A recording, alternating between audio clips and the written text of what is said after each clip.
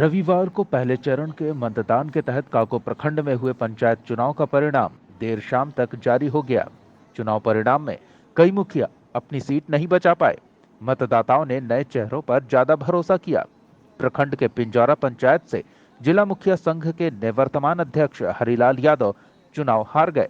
उन्हें रामानंद यादव ने कड़े संघर्ष में महज 32 वोटों से हराया। वहीं बढ़ौना पंचायत में भी मतदाताओं ने मोहीराम को मुखिया चुना। वो 151 वोट से जीत दर्ज करने में कामयाब रहे। प्रखंड के अमथुआ पंचायत में लगातार 3 बार चुनी गई तेज तर्रार प्रमिला देवी को भी हार का सामना करना पड़ा।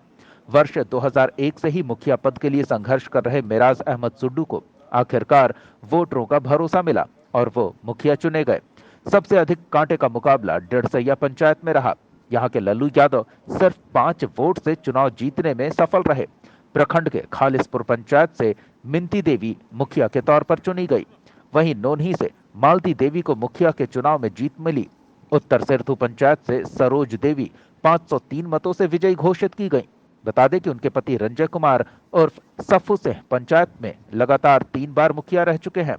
वर्ष 2016 में उन्होंने अपनी पत्नी सरोज देवी को चुनाव मैदान में उतारा था, लेकिन तब जीत नहीं मिली थी। बरावा पंचायत में भी नया चेहरा सिमन राज मुखिया पद के लिए चुनी गई। उन्होंने 384 मतों से जीत हासिल की। वहीं सैदाबाद पंचायत से 174 वोट से अरविंद ठाकुर मुखिया पद के लिए चुने गए। 12 पंचायत से रीना देवी पंचायत की मुखिया बनने में सफल हुई। दमुहा पंचायत से चंदन पासवान ने मुखिया के चुनाव में 318 वोट से जीत हासिल की। काको जिला परिषद भाग 1 से अजीत मिस्त्री को दोबारा मतदाताओं ने अपना प्रतिनिधि चुना। वो 2209 वोट से चुनाव जीतने में सफल रहे। वहीं काको भाग 2 से निवर्तमान जिला पार्षद रामबाबू पासवान को हार का सामना करना पड़ा। सुधीर चौधरी 384 वोटों से जीत दर्ज करने में सफल हुए। खालिसपुर पंचायत से सरपंच के चुनाव में मोहम्मद सकलैन विजय घोषित किए गए। काको प्रखंड के निवर्तमान मुखिया उमेश प्रसाद भी पंचायत समिति का चुनाव हार गए। उन्हें नोनी गांव निवासी रविकांत ने 50 वोटों से हराया।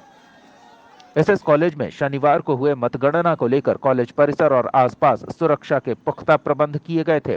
मतगणना केंद्र में कई चक्रों में सुरक्षा व्यवस्था की गई थी।